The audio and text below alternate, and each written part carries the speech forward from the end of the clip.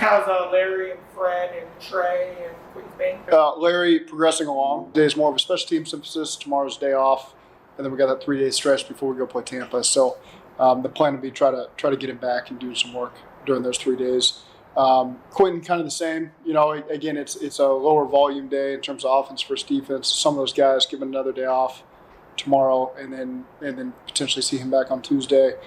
Trey Wayne's very similar, working back in action this week. He did some individual stuff yesterday. Can continue to do that stuff. Those 2 days will also be good for him. Fred Johnson. Fred's at least another week away. So hopefully sooner rather than later, but at least a week away. And then I miss anybody else there. Trey Henderson had a day off. Yeah, Trey Henderson. Yeah, he'll be back at it on Tuesday.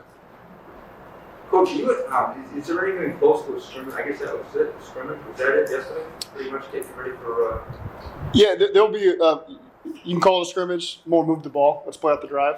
One of those I think was a 14-play drive. So next week we'd like to do a little bit more of that to get these guys, just in they're in shape, but just that 10 to 14 play in a row shape, before you get into this first game. And it's different. Obviously, we do a lot of special teams leading up to those periods, so it's different kind of conditioning for those guys. But we want to do that as much as possible. So you'll see some more of that on Tuesday and Wednesday. I mean, it's live except for the ball carrier, right? Important. Right. I mean, a lot of guys end up on the ground. You can see some of the ball carriers ended up on the ground sometimes. So we do our best just to keep it thud. The defensive backs, Trey, Ricardo, there's nothing serious with any of those. Yeah, Eli and Rico are the two guys. Right. Again, Eli's starting to gradually come back a little bit. He'll probably be a couple more days. Rico will probably be at least a week. And then Trey's, we're starting to slowly work him back in the mix. Deontay Smith got some reps, obviously, at guard yesterday, especially with the one. What was behind that? Deontay Smith is a guy we obviously liked. That's why we drafted him in the 4th round. He is physical. He's got the right intangibles. He's a smart football player, and he takes the coaching and makes himself better. So he takes the coaching from a week ago. He takes the coaching from a day ago, and he uses that to become a better player each day. And you reward that. And so he ran in there with the ones and did a great job. There's a couple things he had not done before until yesterday's move the ball period, and he did them well. Not to say it was perfect, but I can guarantee one thing about Deontay: he'll take the mistakes Frank gives him, and he'll correct them today, and he'll be much better today. So really excited about the progress he's making, and just his overall approach has been great to see. With a guy like that, is it the mental part of it? I mean, with a rookie, you have to make the call, okay, just let him anchor at one spot until he gets comfortable, gets the feel for it mentally. But this kid's smart enough where you can move him around, it's not an issue. I think that's one of the things you're not sure on when you take him necessarily. We knew he was smart. You didn't know how smart. So you wanted him to settle in at tackle. There's just some opportunities with Quentin Spain being out to rotate some other guys in there. He'd been making progress at tackle.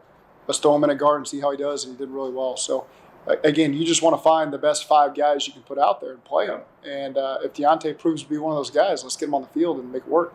Did he play guard at all in college? He was last year was a tough season for him just because he COVID. He was a close contact. He had COVID. He had small injuries, and so and I don't know how many games East Carolina played. It wasn't the full batch of them. So he didn't get a chance to get a lot of reps there.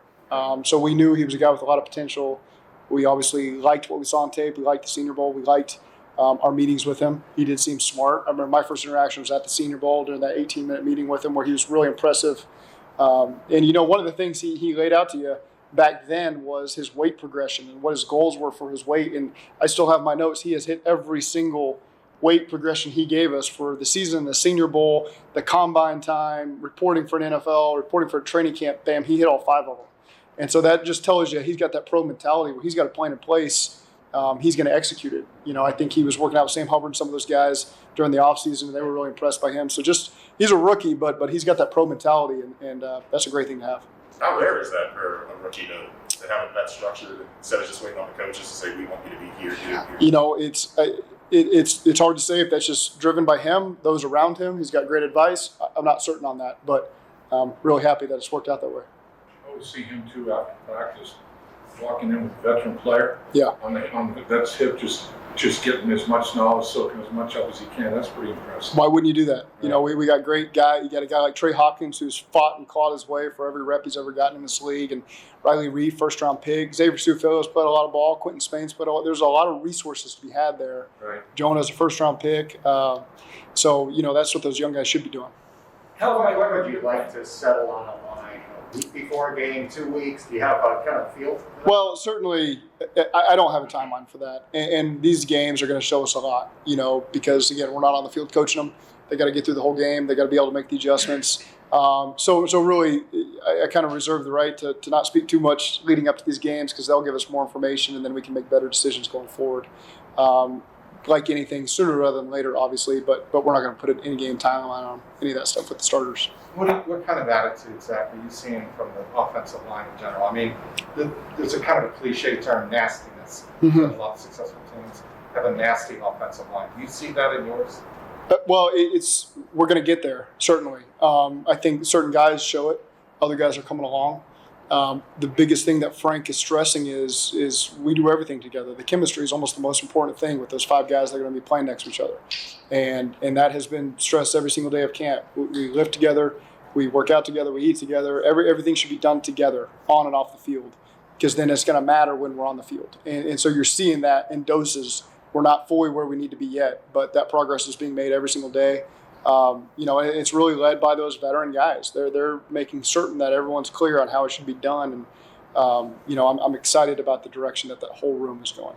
Coach, have you given any more thought to playing Joe in preseason, and what kind of steps did you think you took yesterday? You know, I would just say Joe's not going to play in preseason game 1 for sure. You know, those are really the decisions that we're making right now. We do have a general idea of how we see it unfolding for all 3 games, but right now the firm decisions have been kind of what we're going to do preseason game 1. He won't play preseason game 1. You had a second part of that? Yeah, you said, what kind of steps do you think you took yesterday? It looked like he was pretty encouraged. Yeah, you know, he got up here and spoke. And, you know, I thought yesterday the offense as a whole made good progress. And it was good to see us convert some third downs and did some good things up front, run game, protections. And so I think just overall it's good to have that success for the overall group, you know. And you know, I see it every day from Joe. I see the positive things. And it was good. It was good to put together that scoring drive yesterday, and there's a lot of things as a whole we need to correct and improve on very quickly.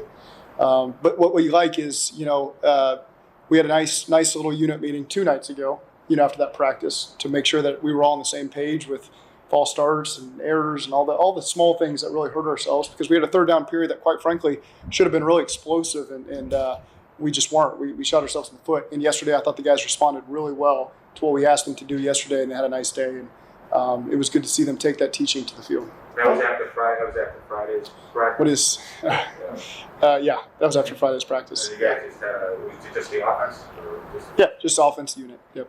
How was Michael Jordan playing just as a whole? You know, just got to be more consistent overall. He's got a lot of ability, and it shows. And, you know, so I think he's going to continue to come along. And, again, always excited about Mike's potential and the approach. And so, again, there's been some really good things that he's put on tape. Just got to keep being consistent with that.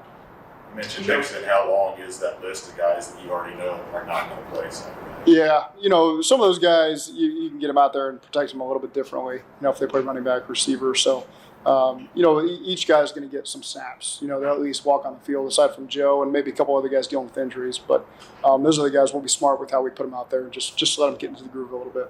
Is it a little different with less preseason games with the way you set things up? It's different, but the same. You know, so in some ways, the approach you still want to make sure you're giving plenty of guys an opportunity to showcase what they can do. You know, in a real game situation. And so with some of the veterans that have done that over the years, we don't need to see as much from them. You want them to get out there and loosen up their pads a little bit, get in the huddle, and the lights are on. You get that feeling a little bit. But then you want to see these younger guys who some of the guys are second-year guys that did not get – you look at the backs, for example. That's a great example. The backs, none of them got – Travion Williams has really had a missed opportunity last preseason to showcase what he's about. Jacquez Patrick had a great scrimmage last training camp. That was it. You know, that was the only time. He's great in pads, full-go tackling. He never got that opportunity to show us that in preseason game.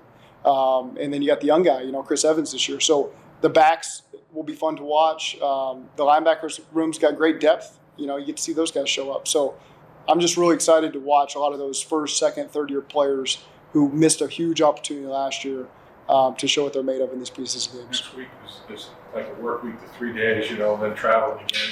Right. But it won't be not game planning. I mean, at every stage in the preseason, you're not gonna. You'll show them what the week is going to look like, but you're not going to be game planning like you do, right? And we're not really to that point yet this week where it's going to follow that Wednesday, Thursday, Friday rhythm. We're still making sure that we got all the fundamentals correct and the techniques correct. And, as Lou was saying, I heard his point. We just want to see the guys do the fundamentals, play fast, block, tackle, catch, all those things that we preach. And then as training camp goes, you can put a little more on their plate schematically and see how they handle that in the game.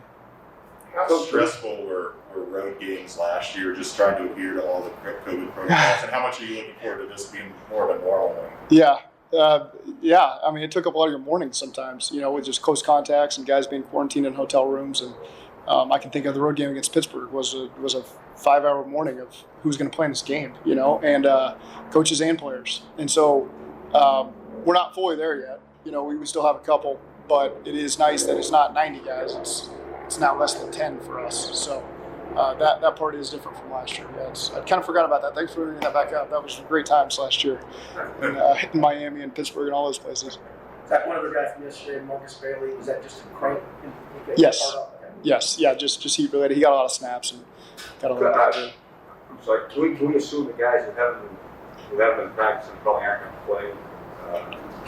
Or is that? I wouldn't put that in stone yet. There's some guys we'll see how they respond after the day off tomorrow and get a feel for if we want to put them in there or hold them out. Go ahead. You can finish on Bailey. Yeah. Speaking of Bailey, and I think that's the only time I've ever seen him not run. When he get carted off the field, he's still got a good camp. Yeah, he's just a great example of a guy who got minimal reps last preseason. His first time stepping on the field was in games, where he would get maybe just a handful of snaps in some of those games. Now everything has just slowed down for him and Logan and Akeem and all those young linebackers now. You see, it's not that they were unexpected last year, but you can just see the trajectory that they're on that we always expected, and that's been really. It's credit to Al Golden too. Al's done a great job with that whole unit. So that's a fun group to watch this preseason so far. Joe spoke yesterday about getting more and more comfortable with traffic around him in the pocket and had a good practice. Did you see him specifically look more comfortable with bodies around him yesterday? I think he's probably most comfortable in a game situation, where it's, all right, finally it's unscripted. We can react to situations, just go out there and play football, as opposed to a whole period being 12 personnel or play actions and runs. And let's set the whole thing up at our disposal and let's go play. And that's where Joe is best. And so you'll see a lot more of that going forward. And so again, nothing unexpected on that end because that's what we expected. Is there anything that took place in terms of adjustment to protocol because of COVID last year that once you started doing it, it's like, what? Damn, this is pretty good, and continue, even though you don't have to worry about the protocols? Was there anything that was unearthed and you're doing differently based on what happened last year? Or was it all just such a mess you drop it? Yeah, I think as it relates to the current team, there are some meetings I'm sure that will be over the course of the season that makes sense to do on Zoom. So I think that's something that's come up occasionally where you got to have a team meeting. You can let the players out earlier in the day, maybe on training camp day, and still have that 7 p.m. team Zoom. That's come up once or twice over the course of the training camp. And I didn't, you didn't know that stuff really existed to that extent 2 years ago. So now you get a chance to use it. I can think of more draft examples perhaps where you get a chance to talk to more guys from a distance than the team. But I'm sure there's some things I'm not thinking of now at the moment that we naturally just incorporated into our schedule that I can't think off the top of my head. Lou had some positive things to say about Josh Trubo. Has he caught your eyes? Yeah, he has. He shows up a lot. He's winning in the run game. He's winning in one-on-one pass rush as well. So it's just good to see him. It's impossible to know how he's going to respond coming off that year. And he's just quietly, as Josh does, he doesn't say much. He goes out there, he executes. It's important to him. You see him during these breaks, just keeping his body right, getting ready for practice. And been really pleased with how Josh has come back and responded and helped us so far. That's been good to see. How much have you seen Brandon Allen get better over the last year plus? Just kind of like what I said last week was he didn't take any reps until the bye week of last year. And so now he gets a chance to jump back into a system he's comfortable in. He gets a ton of reps, obviously, as you guys have seen. So he just, when he gets into a rhythm, he's really good. and I think he's really comfortable in what we ask him to do. And those guys have a lot of confidence in him when he's at the helm as well. So, again, that's really what you want from your backup, is a guy that gets all these reps that he's getting. In a lot of ways, this has been good for us, for him to get that, feel comfortable. He'll play a lot in the preseason, and then, so he'll just always be ready to roll, and that's good. That's always what I expect to see from Brandon.